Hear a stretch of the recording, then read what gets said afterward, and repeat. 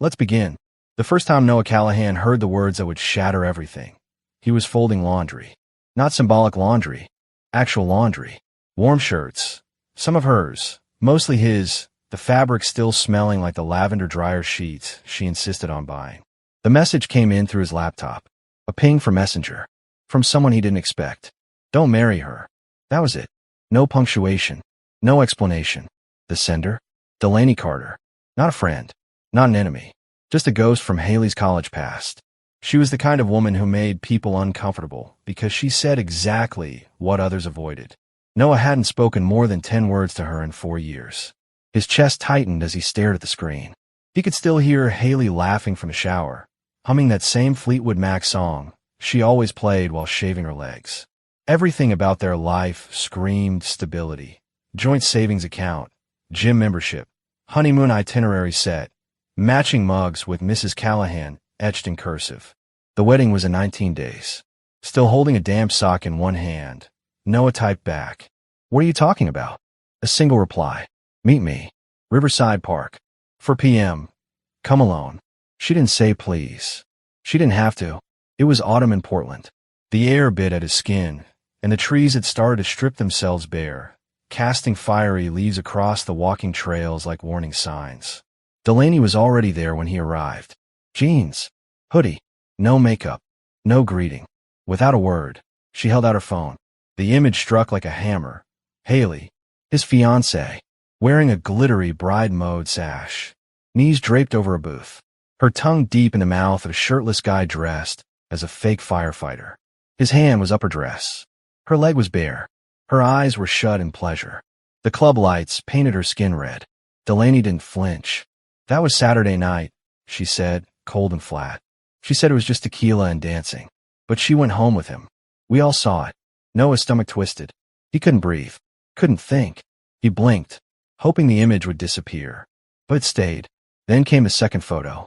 Then a third. Haley dancing on a table. Laughing barefoot on the sidewalk. Getting into an Uber with that man. Delaney tucked her phone back into her pocket. She asked everyone to delete the pics. She called it her final fling, like some twisted farewell tour. Noah didn't speak. Didn't scream. Didn't throw the bench or sob into his palms. He just nodded once. And then he walked away. That night, he didn't go home. Haley texted around midnight. "You okay? You're not home. Please tell me you're just at your brother's." "Babe." Noah didn't answer. He was in a roadside motel an hour south of the city, staring at a water-stained ceiling while replaying the kiss over and over in his head. The next day, the tone shifted. "You're scaring me. Where are you? If this is about Saturday, we can talk." Still, he said nothing. Day 3, he finally turned on his phone. It rang within seconds. Her voice was shaky, breathless. "Noah, please. Just let me explain." He stayed silent. "I was drunk. I didn't mean to. It wasn't what it looked like." "You left with him," Noah said quietly. "No. I mean, yes, but I didn't sleep with him. That's not what matters." "Then what is? You're just going to throw everything away?" He paused, then said with a calmness that scared even himself, "You already did." And he hung up. But Haley wasn't done. She texted, called, left voicemails, some weeping, some furious. One even begged, "You can sleep with someone too. Just once. Anyone. I want to ask questions. Please come back." Noah didn't respond until the door to his office clicked open a week later. It wasn't Haley. It was her mother. "We need to talk," said the woman who once toasted him at the engagement dinner like he was royalty joining her bloodline. Noah didn't say a word. He just led her down a quiet corridor behind the office, past flickering exit signs and gray walls that smelled faintly of printer ink. She followed in heels that didn't belong on concrete. She stood still when they reached the loading dock. Poised, controlled, dressed like she was stepping out of a luxury catalog. "Haley's not well," she finally said, voice rehearsed, polished. "She's barely eating. She's shaking. She sobs constantly." Noah stared at her blankly. "And she made a mistake." "No," Noah replied calmly. "She made a series of choices, then tried to bury them under lies. She didn't sleep with him. She swears. I don't believe her. That's the point." Her lips thinned. It was a lapse in judgment. "Just one night." "You know what I was doing that night?" he asked, finalizing the playlist. Choosing which version of our vows sounded more heartfelt. She blinked, but stayed composed. You were always a little cold, weren't you? He tilted his head. She planned every petal, every napkin, every hashtag. I just followed her lead. If I was cold, maybe it's because I thought I was engaged to someone real. Her expression didn't shift, but her knuckles went white around the strap of her purse. You're making a mistake. No, I'm finally correcting one. The next night, it was Haley's father. He didn't knock, just leaned against his Audi outside Noah's motel, scrolling through his phone like it was just another business meeting. You embarrassed her, he started. You humiliated our name. You walked out. Noah took a slow drag from his cigarette. No, she did all that on her own. We spent nearly $40,000 on that wedding. Congratulations. You owe us. Noah laughed softly. You're coming at me like I cheated. She's still willing to forgive you, he said, stepping closer. How generous. She's your fiancé. Noah corrected. Listen, son. I'm not your son, he said, tossing the cigarette to the pavement and crushing it under his boot. And if you think you can threaten me into marrying your daughter, go ahead and try. See where that takes you. The man's jaw clenched. You think this is over? Noah stepped closer. I'm counting on it. But wasn't. 3 days later, Haley showed up. She texted first. I'm outside. Just 5 minutes. He looked out the blinds. There she was, sitting stiff in her white Lexus, both hands clenched around the steering, like she might break it in half. He hesitated, then opened the door.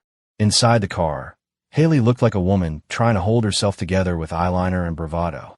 Her lipstick was too sharp, her blazer too perfect, like she was dressing up grief.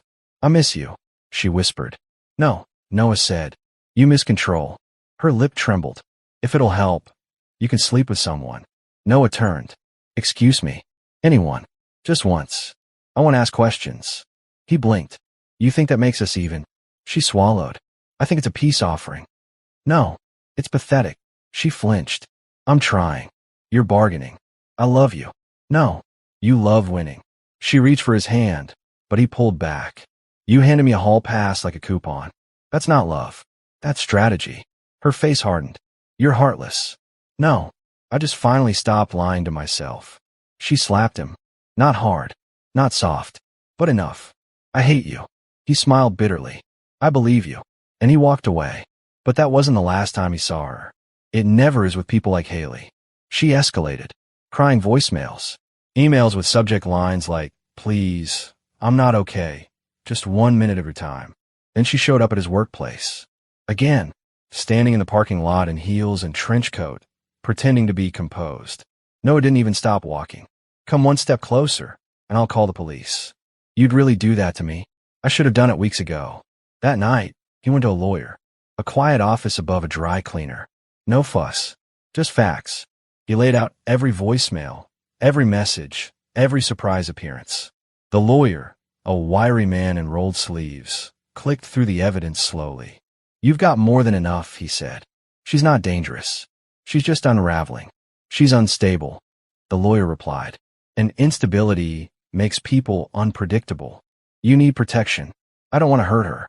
You don't have to, but you do have to protect yourself. 2 days later, the court delivered a restraining order. No more contact. No visits. No manipulation. Noah thought it was finally over. But the storm hadn't even started. Noah had just poured his coffee and was stirring in his usual splash of oat milk when the receptionist called down the hall. She says she's your fiancé. He stepped out, mug in hand, half expecting a scene, and there she was. Haley, sleek black blazer, crimson lipstick, hair pinned back like she was walking into a deposition. Her heels clicked with purpose as she closed the distance between them. Her breath hitched. In her hand was a stack of wrinkled legal papers. Without a word, she flung them against his chest. They scattered on the tile like confetti from a parade no one wanted to attend. You want war? She hissed. Fine. You've got it. Noah glanced at the top page. Monroe versus Callahan. Civil claim. Emotional distress. Damages. $28,400. He raised an eyebrow. You're suing me? Her nostrils flared. We are. You humiliated me. My family. You left me standing there like some jilted TV bride. You left me standing inside a lie. I made one mistake. You made it with your whole body. In public. Then tried to bury it. Her voice dropped, venomous and low. You think you're the victim? He stepped closer, quiet but firm. I was the victim. Until I walked away. She slapped the papers again into his chest. You'll pay for this. All of it. He let the pages fall. Your mistake, he said, was thinking I wouldn't burn every bridge you tried to cross. The security guard was already moving toward them, hand hovering near his radio. Haley's voice dropped to a hiss. You think I'm done? You think this is the end? Noah gave her a look that made even the guard pause. It ended the moment you put on that sash and let another man's hands replace mine. Later that day, the papers sat on his lawyer's desk, bent at the corners and streaked from coffee. The attorney barely glanced through them. This is weak. No contracts. No prenup. No assigned liabilities. She's asking for almost $30K. She's hoping for a settlement. This isn't a lawsuit. It's a tantrum. Noah folded his arms. So he let her throw it. She wants you to blink first. Don't. That night, Noah posted a single sentence online. The wedding is canceled. Please respect our privacy. There will be no further statements. The fallout was immediate. A message popped up 20 minutes later from Haley's sister. You're destroying her. She hasn't eaten in days. Can't sleep. She's barely even human right now. Noah didn't reply. Then came the worst one. A voicemail. From Haley. Barely a whisper. I'm driving to the bridge. If you don't come now, I don't know what I'll do. He didn't panic. He drove. Fast. But not desperate. Not anymore. Rain slammed the windshield like glass shattering. When he arrived, Haley was standing on the edge in that ridiculous white coat she always said made her look like a snowflake at war. Her arms were out, face to the wind. He stepped closer. You're not going to jump. She didn't turn around. You don't know that. I do. You're wearing mascara. She finally turned. What? If this was real, you wouldn't care how you looked. You came here hoping I'd show up. Hoping to look broken. Tragic. Worth saving. Her jaw trembled. I am broken. No. You're just used to people cleaning up the mess when you knock things over. I loved you. No, he said, voice sharp. You love the life. The idea of being adored. You love the applause. Not me. I made one mistake. You made 100 decisions that led to it. And you still haven't said sorry. Tears streaked through her foundation. Her voice cracked. Then just say it's over. Noah stepped even closer. The rain soaked them both. It was over the second I saw you choose someone else. He turned. Don't walk away. Already did. I'm just finishing the job. She didn't jump. She never would. 2 weeks later, they were in court. Not criminal. Just civil. But the stakes still hung heavy in the air. Haley didn't even show up. She sent her parents instead. Her father looked furious. Her mother looked ashamed but tried to wear pearls like armor. Her attorney stood and gave a canned speech about heartbreak, investment, trauma. Then Noah's lawyer rose. He laid out screenshots, voicemails, sworn statements from the dancer Haley had left the club with. Even pulled out a sealed envelope with the necklace Haley had dropped at the man's apartment. Then came the kicker. A text Haley had sent the dancer after that night. It was fun, but that's it. Got a detox before I become a wife, lol. The courtroom fell into silence. The judge adjusted his glasses. Looked down at Haley's parents. This is not betrayal of finances, he said coldly. This is betrayal of truth. And your daughter orchestrated every moment. Case dismissed. With prejudice. Her mother broke down in the hallway, snapping at her husband, shouting about who raised her to lie, who covered for her, who failed her. Noah didn't even flinch. He stepped outside, and there, waiting on the courthouse steps, was Delaney, leaning against the stone wall, hands in pockets, wind in her hair. She raised an eyebrow. You still standing? Noah gave a tired laugh. For the first time in a while, I think I'm finally grounded. She smiled. Come on, she said. Let's go somewhere no one knows our names. He nodded. This wasn't a new beginning, but it was a damn good ending. 3 weeks. That's how long it stayed quiet. No texts. No sudden visits. No cryptic voicemails. Noah thought maybe, just maybe, it was over. The fire had burned out. The ash had settled. He and Delaney had slipped into a strange but comfortable rhythm. Evenings spent on her couch, legs tangled, half watching documentaries, half forgetting what real peace felt like. No pressure. No pretending. Just breathing. Then one night, her phone buzzed. She froze mid-sip of wine. From my cousin, she said, showing the screen. The message was short. She checked into a facility. Mental breakdown. Her parents are keeping it quiet. Noah didn't react right away. He stared at the text like it was written in a language he once knew but had forgotten. She just disappeared, Delaney added. They found her asleep in her car at a rest stop. No phone, no purse. Just gone. He nodded. Just once. As if confirming a report he already expected. You think she's faking it? Delaney asked gently. He exhaled slowly. No, not this time. She unraveled. She had to, Noah said. People like her. They don't know how to cope when the illusion breaks. When no one claps. When no one runs after them. Delaney looked at him. Do you feel sorry for her? He thought about it. Really thought. Then shook his head. I don't feel anything. And that scared him more than anything else ever had. Weeks passed. Then months. Noah moved. Changed cities. Closed old accounts. Canceled their shared subscriptions. Things most people forget, like Spotify, shared Costco cards, family Hulu logins. Every small act was a thread cut. He started working for a small automotive firm in Seattle. Hands-on, low profile. The kind of job that required skill, but not soul. That was all he had left to give. Delaney visited on weekends. Sometimes they talked about what happened. Sometimes they didn't. One Saturday night, she sat cross-legged on his floor, watching him assemble a bookshelf from IKEA, failing miserably. You know, she said casually, you never told me what your final plan was. For what? For Haley. For revenge.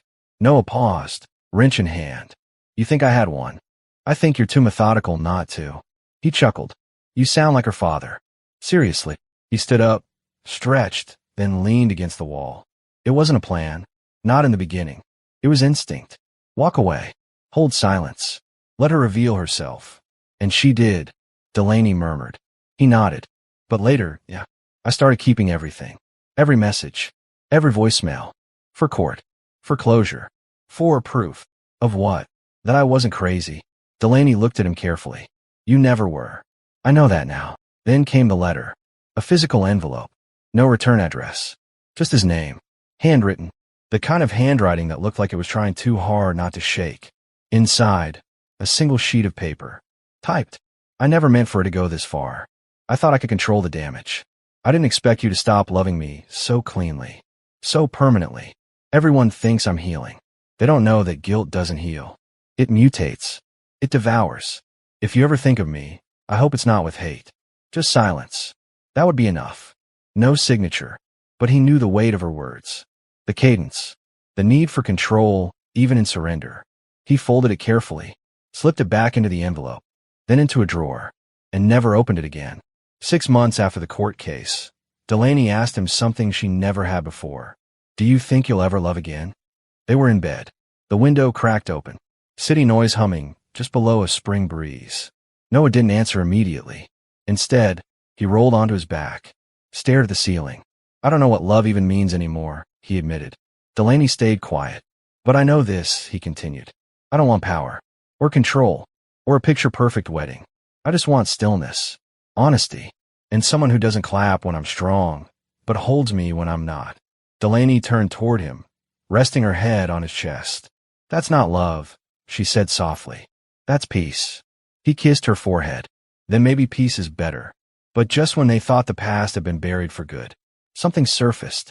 Not from Haley, not from her parents, but from a journalist.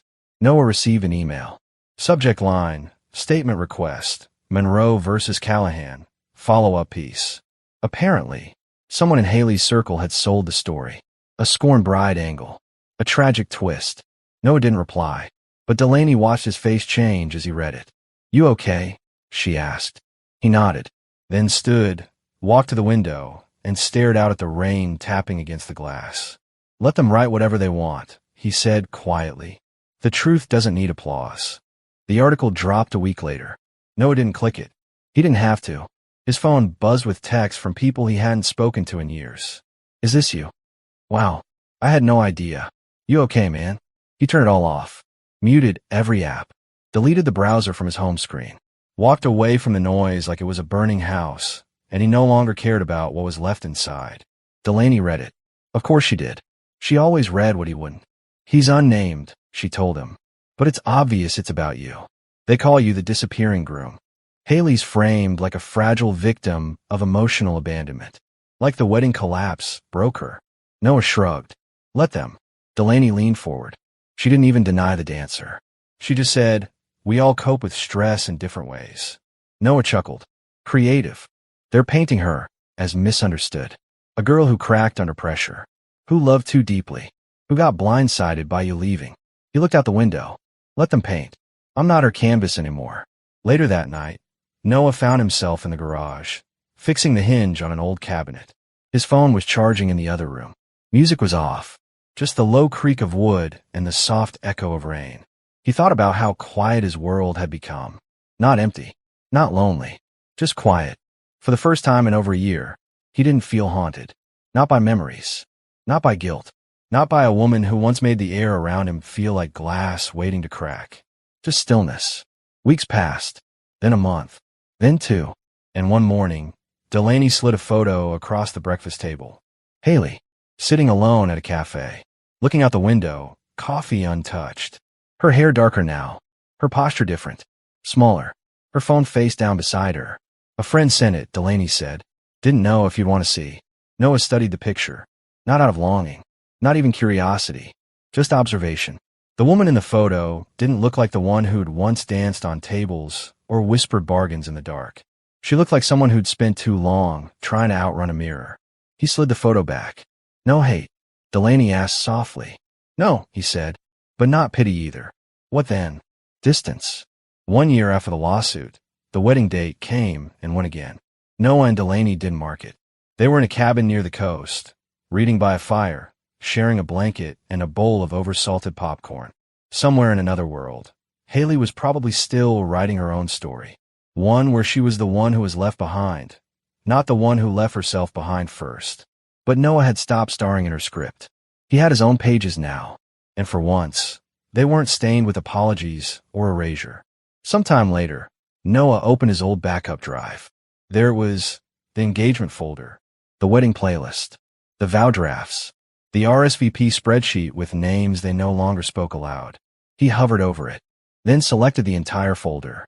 Delete. A notification popped up. Are you sure you want to permanently erase this? He didn't even blink. Yes. And just like that, it was gone. Not because he was running. Not because he needed revenge. But because he finally understood. Some endings don't need applause. They just need silence. And he had finally earned it.